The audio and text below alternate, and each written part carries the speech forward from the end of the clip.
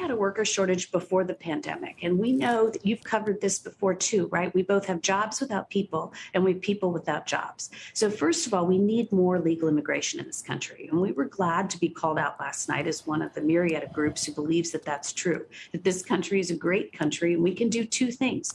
We can secure our borders, that is a right and an obligation of government, and we can let more workers in, particularly high-tech workers and people who work on farms and support small businesses, the seasonal workers we need in the summer. So first of all, we can let more people in. Second of all, we can do a better job of training for the jobs of tomorrow, for the jobs that we know we need reskilling, apprenticeships, et cetera, for. Again, it comes back to a longer term strategy. And we can get more people off the sidelines, right? People who are not working now, who we need to get into the workforce.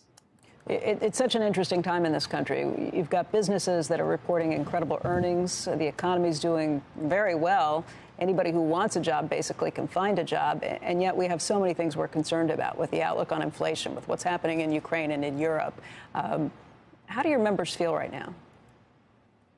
I think maybe confused. And what I mean by that is if you look at some of the other things our members wanted to see in our straw poll, wanted to hear in the State of the Union last night, it was about fighting government overreach, right? These are people who believe in regulation, right? I'm a mom. I want clean drinking water and clean air, and I want government regulators to do the right things. But when they are doing too much, it stifles the economy in a way that both doesn't protect and find real harm, but also does damage. The competition executive order, the overreach by the FTC and the DOJ into looking backwards and forwards for mergers or acquisitions that may or may not have had any harm, at a time when government isn't doing the things that only it can do. Look what wasn't in the speech last night. No mention of trade, really. No mention of tariffs. Tariffs are just higher prices paid by Americans on foreign goods. You could relieve some of the inflationary pressure tomorrow if you could get that done. A bold trade agenda that would help our allies, that would help us sell more abroad,